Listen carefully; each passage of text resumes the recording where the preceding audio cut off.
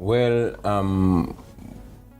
I see the mess, but I'm not a selective seer. In my opinion, the mess is not only on the street, it's everywhere. The street is just a screen of what's happening in the country. Look deeper than that. So yes, there's a mess there, but I would love to live with a principle of first things first. Let us sort out things that must be sorted out first. Yes, there's a mess, but that's only outlook. Look at the mess in the health sector. First things first. Yes. First, I'm glad to see you. And what are those first things that you're talking about? Well, everything looks to be in a mess, but when you're fixing, you fix the life-threatening ones. Like healthcare system. The mess you see there is an indication of the deterioration in all institutions. He just told you they are not people to sort out that, to enforce that. And when they come out to enforce, it's a question of even them as enforcers looking for a quick buck to earn. So in my opinion, we should go back to the functioning of our institutions and know that there's an institution responsible for that. Well, this is just a bit on your outlook on politics, matters political. Could you share with us your experience? How has it been for you? Well, it has been a bittersweet experience, I would say. If you told me to, relay for you my 10 months, we are going to consume this whole hour, doing that, if we have it anyway. So yeah, it has been a bittersweet experience. New revelations, yes, some I expected them, then some I didn't. But I realized that most importantly that we have jokers and we have real leaders. We have people that have their country at heart. From across the divide, I've realized that we have very good people in the DP, of course, in the movement, in the FDC, and even in the NRM. So I've discovered different things independently, but most importantly, that even amidst the political stagnation that we are facing, we have people that love their country, and those people are from across the divide. Well, you are quite pivotal in the in the age limit debate, yeah. And you got to the extent of going physical. Do you think, or do you feel the dust has settled since? This dust will never settle. We didn't get physical. They got physical on us. But like I said, that was just an indication of what's happening there. It only happened, the brutality only happened on the floor of Parliament. It only reflected what's been happening there. And of course, it reflected the total decay, if not death, of our institutions and the independence of the legislature. To me, it was the last nail on the democratic coffin. However, just like a seed, it has to die before it flourishes again. So yeah, that happened, but I'm still hopeful, very hopeful. What, in your opinion, has happened since you lost the battle? I wouldn't classify it as a lost battle, because we knew what the regime was capable of doing. We've been seeing it before. We knew that there were two sides. There was this dictatorship, and then there was this beautiful gentleman's suit that was covering the dictatorship. The most important thing that we always wanted to do is to demystify that, is to unmask it, and that is what we successfully did. Today, no Ugandan is ignorant of the dictatorship that we are faced with, and that was not the case before the age limit situation. How would you gauge the mood around the country? You've traveled, we've seen you in Jinja, we've seen you in Masaka, we've seen you places. What's the mood like in the country? In the beginning, the mood was a resigning mood because people were frustrated. Then we had an indifferent mood because people seemed not to know what's happening. Remember, for the first time we had come together, and then people's hopes had been deflated. But I would say that following the unmasking of the situation and people really knowing what they're faced with, it is hopeful because now people are getting up. They're taking it in their own hands. What happened in Jinja, you saw it. What is happening in Rukonjiri, you saw it. It was not only for the population, but even for the leaders. It further showed us that without unity, we are not anything. And it taught us that with unity, once the forces, the democratic the democracy-seeking forces come together, dictators shake and tremble. You've, over the past 10 months, proved to be a political force to reckon with. And there's actually been that discussion around a third force emerging. Do you think you're the face of a third force? That mysterious third face? We are not the third force. We are the force. I repeat, we are not the third force. We are the force. And I would like to put this clear. It's not about me. You say I have been a pivotal in this, yes. But I'm only rallying point, you see. Every time people have something to say, they will say it through somebody, even if it's not me. So I'm only a reflection of what people have always wanted to say, of what people have always been wanting to say. Is a third force desirable today? There's no third force. There is the force. There is the force. You realize we're in a situation where very few people are holding the country hostage. Some of the fellow slaves didn't know they were actually slaves. They are beginning to know. And some are still deep in their slumber. So once people get enlightened, get the realization of where we are. I'm a little perplexed by your choice of words, slaves. What do you mean by slaves? Who is a slave? In a democratic state? Well, like you say, you disturbed my choice of words. I'm equally disturbed by your choice of words, especially the word democratic. In a situation where we are, if you call this a democracy, then you perplex me even the more. What makes this short of a democracy? The freedoms. The freedoms, what you call a democracy, when people are not allowed to freely engage, to freely communicate, when the basic rights are denied, people cannot converge. They are denied their right of assembly. They are denied their right of expression. Everything that is anti-regime is deemed inciting violence. So you don't call that a democracy. No, you do not. Let's call things what they are. We are living in a dictatorship, Simon. You know as much as I do. What does it take to be a rallying point in politics? Standing for the truth. Standing for the real plight of the people out there. You know, anybody can be a rallying point. We've seen people, coming from nowhere and people following them. Is your cause sustainable given the kind of reaction that you're getting from the state? It is not my cause, Simon. It is our cause. It does not start with me. I'm not the first Ugandan to talk about equal rights and justice.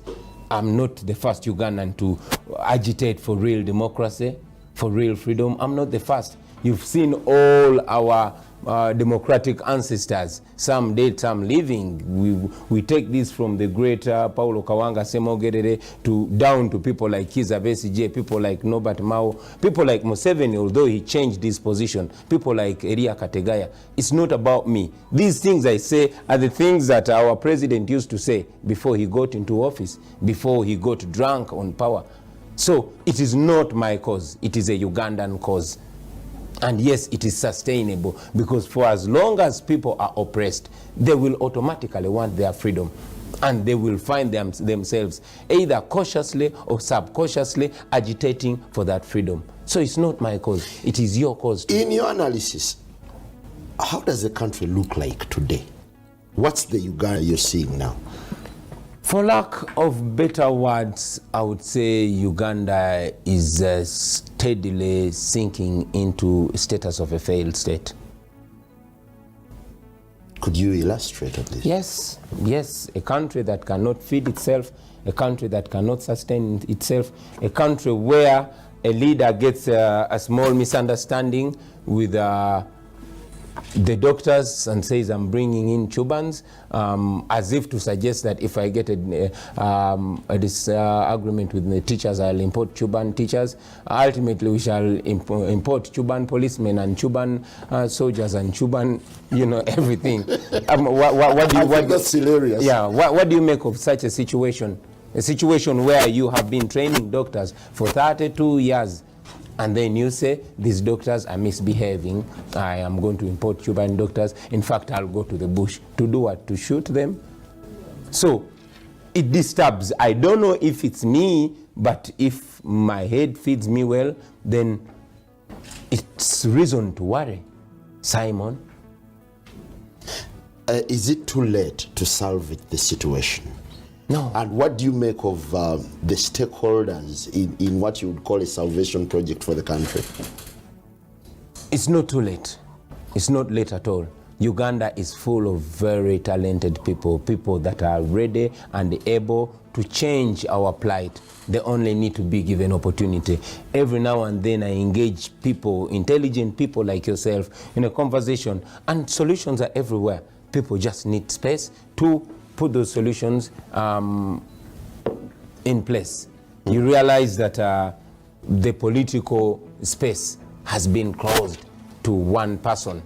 It was one tribe, one family, and ultimately one person. Our problem has always been and is still a governance issue. There's nothing wrong with Uganda, nothing wrong with our people, nothing wrong with our natural resources. If you realize, if you go to some of us who manage to travel, you'll go to countries like Kenya, like Botswana, like South Africa, and you find Ugandan doctors, Ugandan trained doctors working there, simply because the conditions there can allow them enjoy a dignified life. If Uganda is sinking, so are the politicians. What do you think? Well, unfortunately, there's the principle of collective responsibility. Politicians have run out of steam, especially with the opposition. Do you think it is still worthwhile to push on with such a team that is tired? Now you see, our solution is not up to politicians. No. It has been said before that politics is too serious an issue to be left to politicians. Unfortunately, here in Uganda, the description of the word politician is a liar, opportunist, a double-edged sword, two-faced man, and the like. It is going to take all of us Ugandans in their different positionings, different shades, and different, responsibilities. It will take journalists and presenters like you to stand for the real morality that we represent. We need to first and foremost repair the whole moral fabric of the country, to believe in what we say and to stand for what benefits us as a country, not just the politician. A doctor will have to not only treat patients, but teach about values, teach about our patriotism. A teacher will have to do the same. A singer will have to do the same. A journalist like you will have to do the same. All of us, not just the politicians. If we leave it to the politicians, they will continue driving the best cars, they will continue growing fat bellies, and the people of Uganda will continue sinking in abject poverty. What are the prospects of the opposition causing change soon? Unity. There's nothing completely. What are the chances that change could be in the offing? Well, like I said, change is very possible if we come together. It has been done before.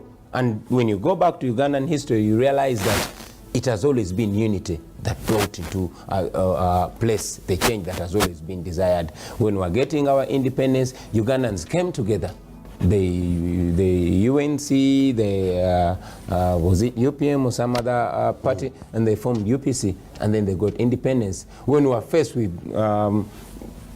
following dictatorships, the Idi Amin, Milton Obote, still Ugandans came together under Museveni and fought off the dictatorship. And yes, this dictatorship came back in a different shade with different ferocious energy. And yes, it's going to take all of us. It's going to take people from the opposition, and yes, people from within the government to change this, to come up with a new mindset, to bury the old hatchets, to make sure we disassociate ourselves with the hatred that we did not start. I talk to people, even within the NRM, and these people all want change. But yes, many of them are scared what kind of change is going to come.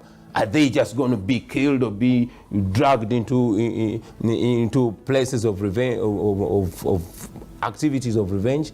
So once we come together as a country and agree which direction we want to take, we are going to make it. And yes, most importantly, with the opposition, we've had that problem. Change is costly. Are you prepared for the ramifications that come with your push for change? You keep pointing at me, but believe me, my brother, you are also pushing for change if you get up in the morning. Do you want me to say we? We, yeah. Because it's about us. We are tied in a similar garment, and you cannot, no single Ugandan can divorce him or herself from this struggle. It is all of us, whether you know or you don't know. We're trying to make Uganda. No, but it pits two parties. Yeah. Is it you against President Museveni, or you against what? It is not. I would really appreciate if we first put President Museveni on the side, because he will not understand us, and we probably might not understand him. He seems to be living in a different world. He's too rich, too powerful, and yes, too old. So let's put him on the side. And that's personal. No, it's not personal. It's reality.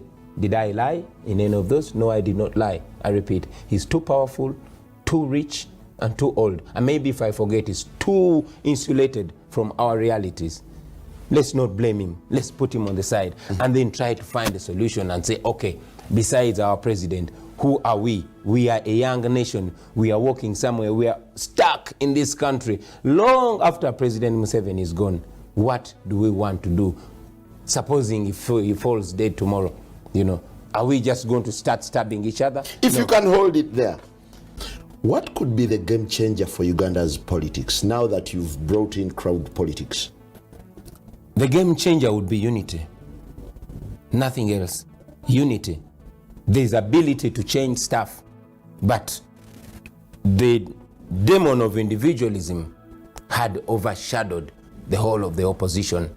Everybody wanted to isolate themselves and indeed suffer in their own loneliness.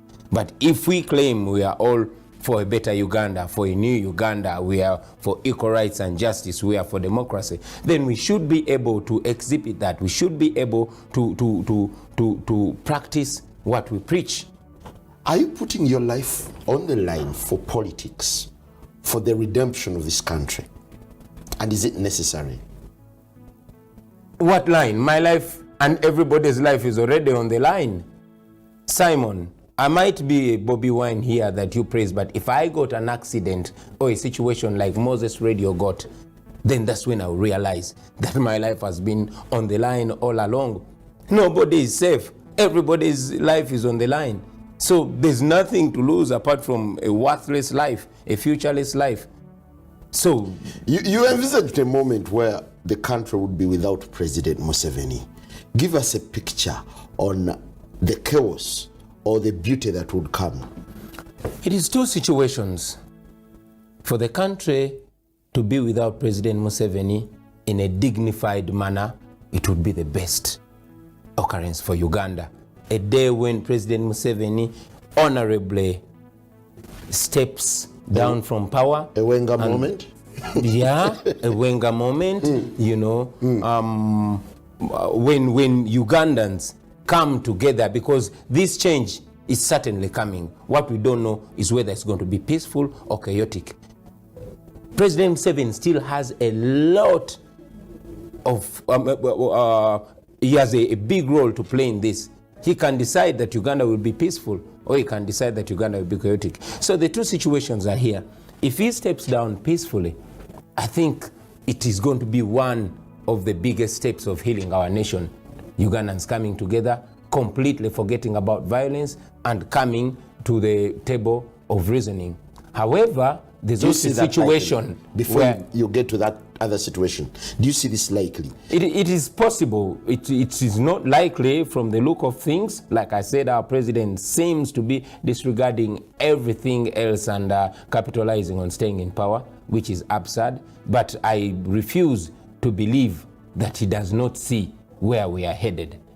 I know he's a very intelligent man, and I know that it is possible for him to see where this nation is headed. I know it is possible for him to see that his legacy is in danger, and it is possible for him to save his legacy, and yes, to save our country from the looming chaos, because people are indifferent. This country has never been divided as it is before. Tribalism is at the peak, you know, impunity is at the peak, and all those. but it can be saved. So that is situation one. Situation two, which is also likely, is that he would be forced out of power, either by people from within his party, like it was with Mugabe, or by Ugandans coming up, like it was in Tunisia, or it was in Egypt, and all these other countries. So it is two situations. However, Uganda cannot have an Arab Spring.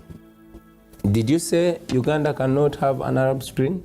It does not have to be an Arab Spring. It will be a Ugandan Spring. I want you to know that Blaise Compaoré of Burkina Faso never knew it can happen until it happened. The rulers of Tunisia never knew it can happen. Gaddafi, They who didn't held have farm himself... security. Oh, Gaddafi didn't have farm security, you mean to say? So all these can be said until it happens. Just like Mandela said, it always seems impossible until it happens. So what we are concerned with, like to answer the question you asked, is the Uganda after. Now we have to start thinking of that Uganda after President Museveni. And that is why all along I keep engaging people from across the divide. I have very, very good friends from the NRM. And when we're having a drink, I challenge them. I say, guys, we are here, we're young people, and we're talking. Are you trying to tell me that one old man is going to place us against each other and fool an entire generation? Are you trying to tell me we cannot decide what kind of Uganda we want and walk towards that? And the same thing with the opposition. So I believe after the fall of the emperor, there will be a new Uganda. Which new Uganda we must start thinking and talking about now. Yeah, but do you see stakeholders really coming up? Take, for instance, opinion leaders, cultural leaders, religious leaders. How would you assess, how would you appraise them in the cause for change? I applaud them a great deal. Of late, you've heard the outspokenness of the religious leaders. They've come out and pronounced themselves on issues. The civil society organizations have come out despite the crackdown on them. The students have spoken out. The politicians have spoken out from across the divide. Even members of the National Resistance Movement have spoken out. So leaders have spoken out. The writing is not just on the wall, it is on our faces. So, but then, they have spoken out, but the evils continue. Corruption continues. Greed for power continues. Nepotism is continuing. So what is checked? Or what would you say have been the successes that the persons who've spoken out have gathered? It is slow and small dots that keep adding. You must recognize that we are faced with a regime that has been in place for 32 years, going to 33. So it is deeply entrenched. This, you don't want me to call it enslavement, but I still will call it enslavement, has gone beyond physical. It is also mental. Many of our people don't even know they deserve better. There was a deliberate move to scrap teachings like political education, you know. Just some months back, the president instructed that his book is put in every school, but I've not seen the state deciding that the constitution of Uganda is going to be told in schools. So people don't even know their rights. It is just now that we see it important, not just to concentrate on we, the leaders and the politicians and the people that stand there, but we have realized that now the change has to come from bottom up, not from up bottom. Do you subscribe to the school of thought that argues that President Museveni is the problem the country is putting up with? If I could put it in better words, I would say President Museveni is the roadblock to democracy. Why? Because, you know, everything has been concentrated in the presidency. There is a fight in the taxi park, and the president wants to go there. There's a problem in the Ministry of Health, and the president wants to sort that. issues of land, the president wants to do that. There's a nursery school that is being opened, the president is doing that. That makes him a responsive president. No, that makes him a dictatorial president. That makes him a president that disregards the leadership structure, a president that disregards and disempowers the institutions. So we need better. We need to break down the power structure again. We need to redistribute power to make sure we have people solving their problems at the basic level. But you wouldn't see the president as a dictator when the same president listens to the outcry of the people. Take, for instance, the recent radical changes that he made in the police force. And perhaps I would pick your opinion on this. Okay. We have a president that has been changing inspector generals of police, changing vice presidents, changing prime ministers, changing ministers, changing everybody within that his he mandate can change apart from himself. We have grown up in his regime and we've listened to him religiously as our leader. It is so disappointing to hear a leader looking in every Ugandan's eyes on national TV and says we're here for fundamental change and says we're here for 4 years. 4 years later, he changes it, you know. And now recently, he does not even want people to mention what he said. As if that's not enough. This is a leader that came on a national celebration and said, I'm not anybody's servant. Our constitution provides only for servant leadership. If you're not a servant, you're a dictator. It's only two sides. So he says, I'm not anybody's servant. I understand. Yes. Me? So if that is not a dictator, I beg you to educate me on what that person or such a character could be. Aren't you falling into the trap of politicians whose preoccupation is Museveni, Museveni, Museveni, without discussing policy? The president is policy, my dear. If we were following policy, we would follow the constitution. If we have somebody that is above the constitution, what do you call that? So we are here not to politicize. We are here to open Ugandans' eyes and tell them, yo, all of us are the same. We must not let nobody run us. We must not let an individual run us the wrong way. We must rub that in the eyes of Ugandans so that they understand. Otherwise, we would keep talking. I'm a member of parliament, but our parliament is more or less a talk show. Resolutions are going to be passed. They will not be respected. Laws are passed. They're not respected.